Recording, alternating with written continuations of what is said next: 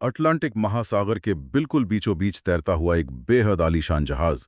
बाहर समुंदर की एकदम बर्फीली और ठंडी हवा चल रही है और अंदर अंदर एक अदृश्य और जानलेवा वायरस एक एक करके यात्रियों को अपना शिकार बना रहा है। बाप रे, ये तो सुनने में ही किसी हॉरर फिल्म जैसा लग रहा है। बिल्कुल। कोई भाग नहीं सकता और कोई मदद भी नहीं आ सकती। मतलब जब एक शानदार और बहुत ही आरामदायक पोलर क्रूज यात्रा अचानक एक खौफनाक मेडिकल थ्रिलर में बदल जाए तो असलियत किसी डरावनी कहानी से भी ज्यादा भयानक लगने लगती है। एकदम सही कहा आपने। तो आज की इस डीप ड्राइव में हमारा केंद्र एक ऐसी ही बहुत चिंताजनक और दिल दहला देने वाली घटना है। हम बात कर रहे हैं एमवी हॉन्डियस हंटा वायरस आउटब्रेक की।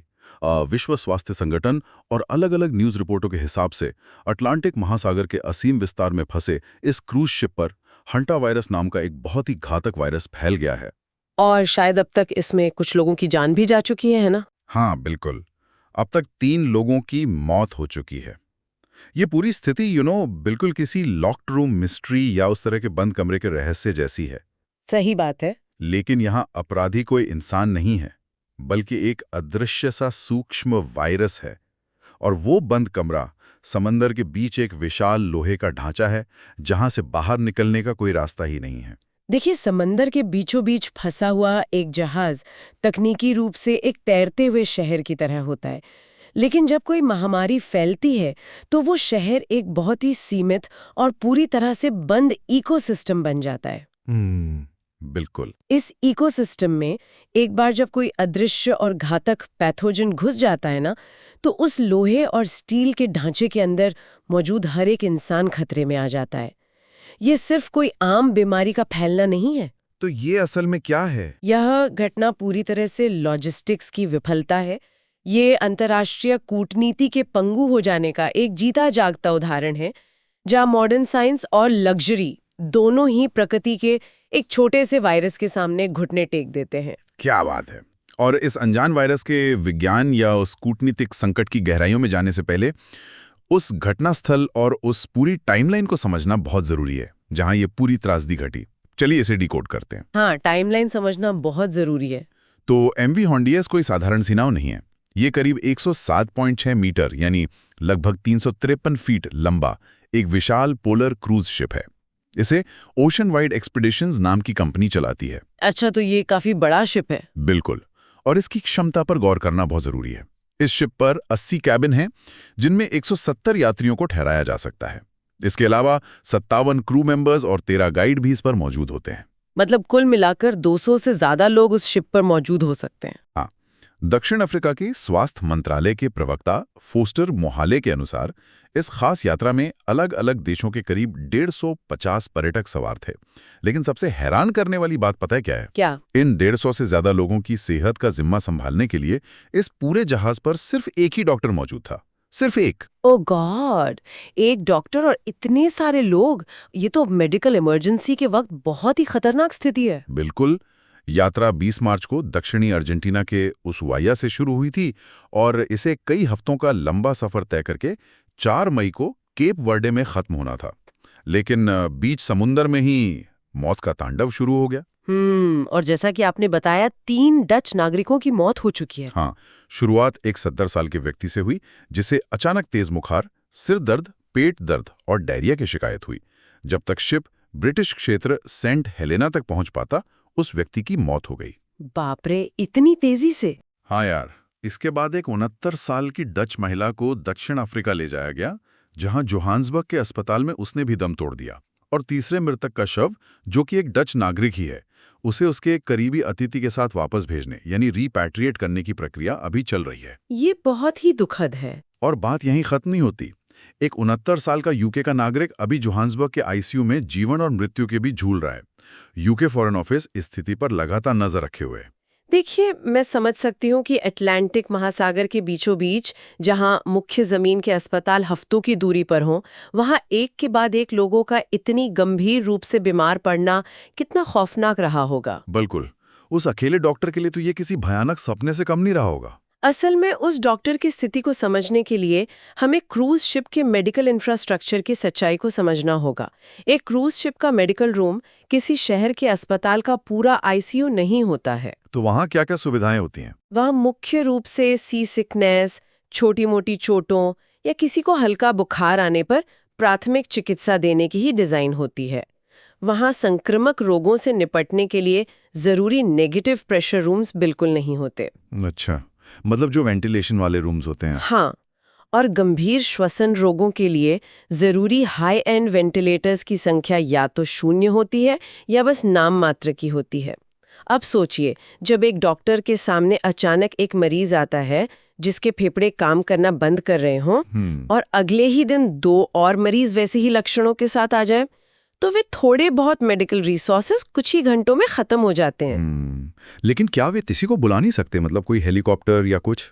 देखिए, समुद्र में मेडिकल इवैक्यूएशन कोई ऐसा काम नहीं है कि आपने एम्बुलेंस को फोन किया और वो 5 मिनट में आ गई। एक शिप अटलांटिक के बीच में है, रेस्क्यू हेलीकॉप्टर्स की अपनी एक लिमिटेड रेंज होती है। हाँ, वो तो है। वे समंदर के बीचों बीच हजारों किलोमीटर उड़कर नहीं जा सकते ना। उन्हें किसी नजदीकी द्वीप तक पहुंचने में कई दिन लग सकते हैं, जैसा कि सेंट हेलेना वाले केस में हुआ था। बाप रे, एक बीमार व्यक्ति के लिए जिसे हर सांस लेने के लिए तड़पना पड़ रहा हो, उसके लिए तो हर एक घंटा एक सदी के बराबर होता होगा। बिल्कुल, ये एक ऐसी लॉजिस्टिक चुनौती है जिसे दुनिया की कोई भी मॉडर्न तकनीक तुरंत हल नहीं कर सकती। 1 मिनट, मुझे यहाँ आपको थोड़ा रोक लेने दीजिए और इस वायरस पर ही बात करने दीजिए। मतलब लक्षण इतने अचानक थे, बीमारियां इतनी तेजी से बिगड़ी, तो ये जानना बहुत जरूरी हो जाता है कि ये बीमारी आखिर है क्या। हाँ बिल्कुल, ये कोई आम फ्लू तो है नहीं। बिल्कुल नहीं, हम बात कर रहे हैं हंटा वायरस की। WHO की रिपोर्ट और जो साइंटिफिक जानकारी सामने आई है, उसके हिसाब से हंटा वायरस आमतौर पर चूहों या कृंतकों के मल, लार या यूरिन के जरिए इंसानों में फैलता है। रोडेंट्स के जरिए, यानी श्वसन रोग का कारण बनता है।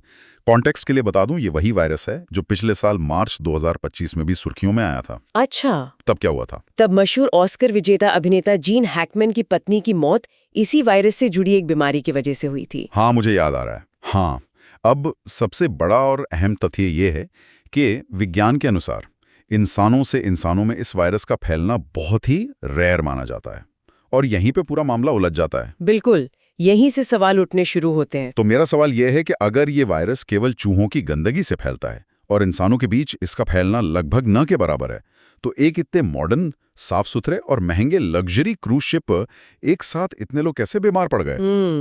ये बहुत ही लॉजिकल सवाल है। क्या अर्जेंटीना के बंदरगाह से कोई संक्रमित चूहा सीधा शिप के अंदर घुस आया था? और अगर एक इंसान से दूसरे इंसान में बीमारी नहीं फैल रही है, तो क्या उन सभी लोगों ने जहाज के किसी एक ही कोने में जाकर उस वायरस को कैच किया? देखिए, ये इस पूरी घटना का सबसे महत्वपूर्ण वैज्ञानिक पहलू है।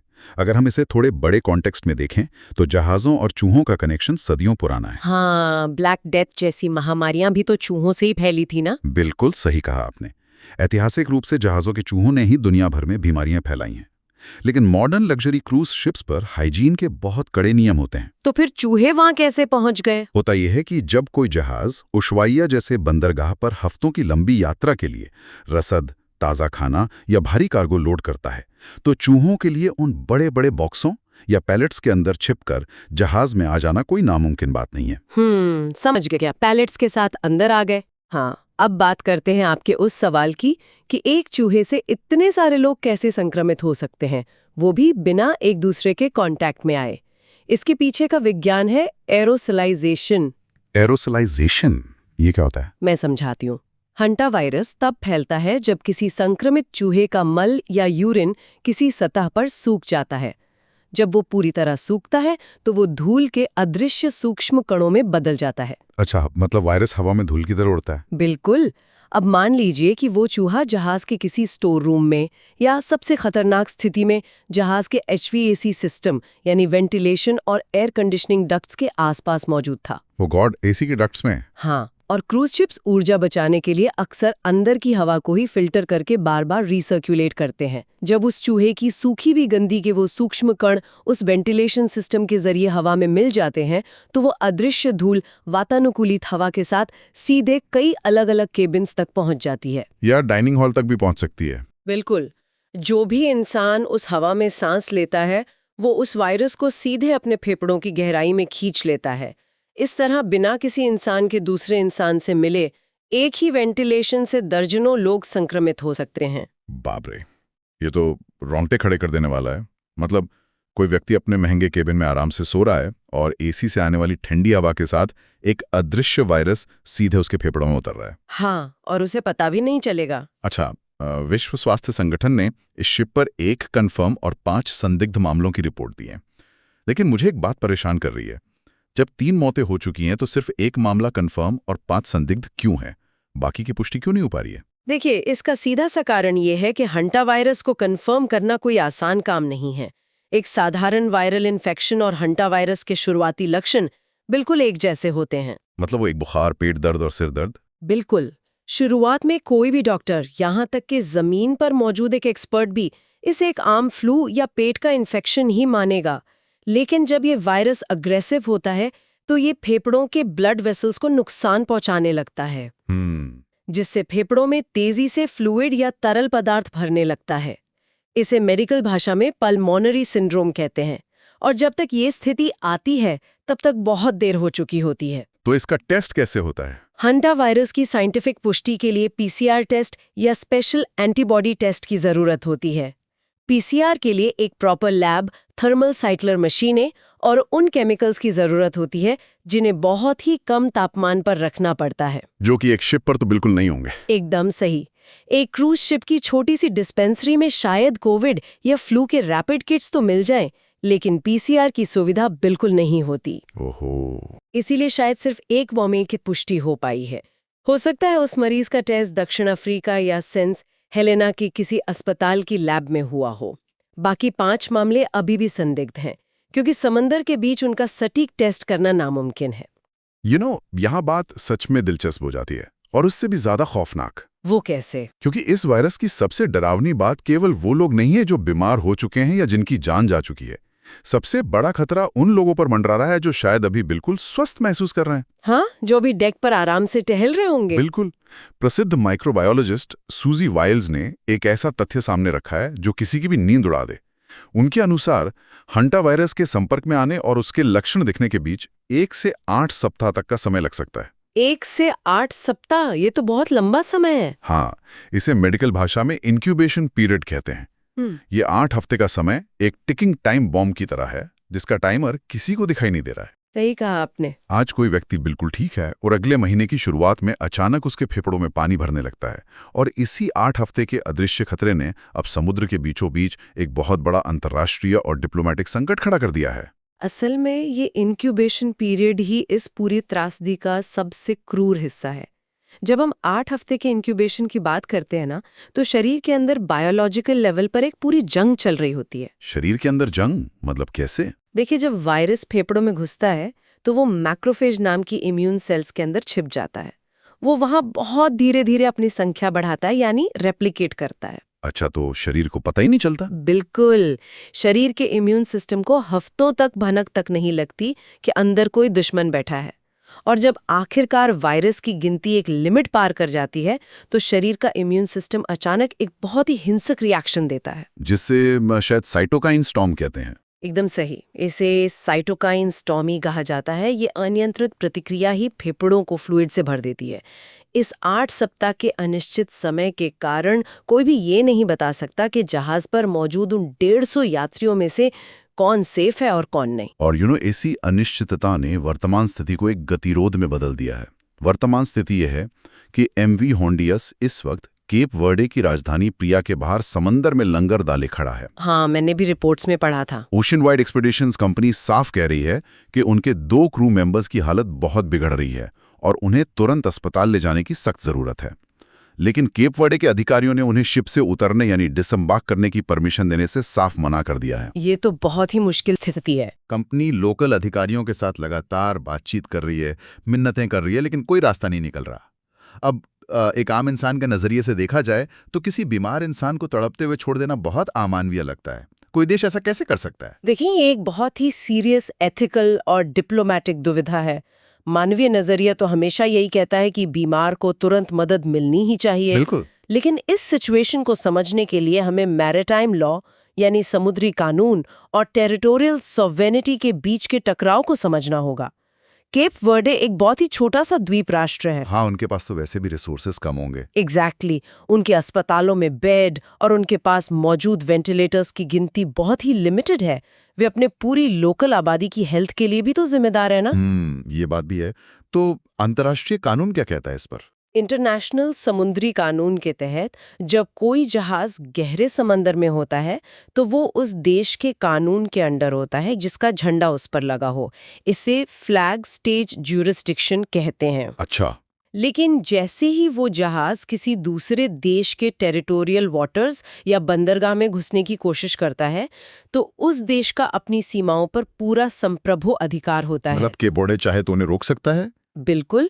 केप वर्डे के स्वास्थ्य अधिकारी इस बात से खौफजदा होंगे कि अगर उन्होंने इस अज्ञात और जानलेवा वायरस को अपनी जमीन पर आने दिया तो क्या होगा। लेकिन हमने अभी कहा था कि इंसान से इंसान में फैलना रेयर है। हाँ, विज्ञान कहता है कि मानव से मानव संक्रमण रेयर है, लेकिन रेयर का मतलब नामुमकिन तो नहीं होता ना। सही बात है। रिस्क तो है ही।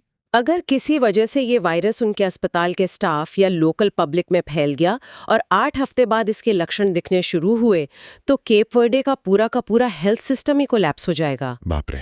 वे 2 क्रू मेंबर्स को उतारने का रिस्क इसलिए नहीं ले रहे हैं क्योंकि उन्हें डर है कि कल को बाकी बचे 140 से ज्यादा यात्री भी बीमार पड़ सकते हैं। एक छोटे देश के लिए अपनी पूरी आबादी को खतरे में डालना एक ऐसा रिस्क है जो कोई भी सरकार आसानी से नहीं लेगी। सच में ये लोकल हेल्थ सिक्योरिटी और एक इंटरनेशनल इमरजेंसी के बीच की एक बहुत ही मुश्किल कशमकश है। ये एक ऐसा चक्रव्यूह है जिसमें वो यात्री और क्रू मेंबर्स पूरी तरह से फंस चुके हैं। बिल्कुल। अंदर का माहौल तो बहुत ही डरावना होगा। हाँ यार, हर गुजरते दिन के साथ उस जहाज पर दहशत का माहौल कैसा होगा इसकी हम सिर्फ कल्पना ही कर सकते हैं।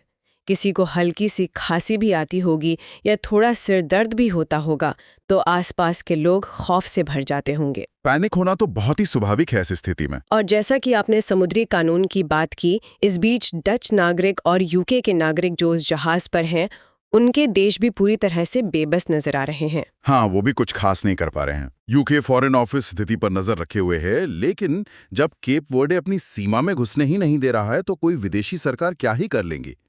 क्या वे अपने नागरिकों को वापस अपने देश ले जाकर अपनी खुद की जनता को जोखिम में डालेंगे? यही तो सबसे बड़ा सवाल है। ये एक ऐसा लॉजिस्टिक दुष्स्वप्न है जिसका कोई भी आसान अंत फिलहाल तो दिखाई नहीं दे रहा है। तो इस सब का आखिर क्या मतलब है? आप ही बताइए। अगर इस पूरी घटना के सार को देखा जाए तो एक बेहद डरावनी तस्वीर उभर कर सामने आती है। एक आलीशान पोलर क्रूज जो अंटार्कटिका की सुंदरता का आनंद लेने के लिए निकला था, आज अटलांटिक महासागर में एक तैरती हुई जेल बन चुका है। बिल्कुल सही कहा आपने। 3 लोगों की दर्दनाक मौत हो चुकी है, 2 बीमार क्रू मेंबर समंदर में इलाज के लिए तड़प रहे हैं और एक अदृश्य हंटा वायरस जो शायद एक छोटे से चूहे के जरिए उस साफ सुथरे जहाज में दाखिल हुआ था, उसने पूरी दुनिया की मेडिकल व्यवस्था और इंटरनेशनल डिप्लोमेसी को पंगु बना दिया है। ताकत और सूक्ष्म जीवों की जटिलता हमेशा उसे चुनौती देती रहेगी। बिल्कुल सही।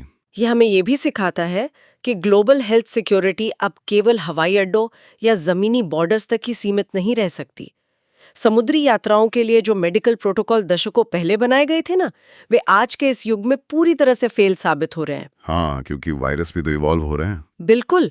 जब कोई वायरस 8 हफ्तों तक खामोशी से छिप सकता है तो हमारी सारी पुरानी बचाव प्रणालियां धरी की धरी रह जाती है। और यही बात एक ऐसा विचार छोड़ जाती है जिस पर शायद हम सबको बहुत गहराई से सोचने की जरूरत है। हमने देखा कि कैसे इस वायरस का इंक्यूबेशन पीरियड पूरे 8 सप्ताह तक लंबा हो सकता है। और हमने ये भी समझा कि इंसानों के बीच इसका संक्रमण भले ही रेयर हो, लेकिन साइंस की दुनिया में कुछ भी पूरी तरह से नामुमकिन नहीं होता।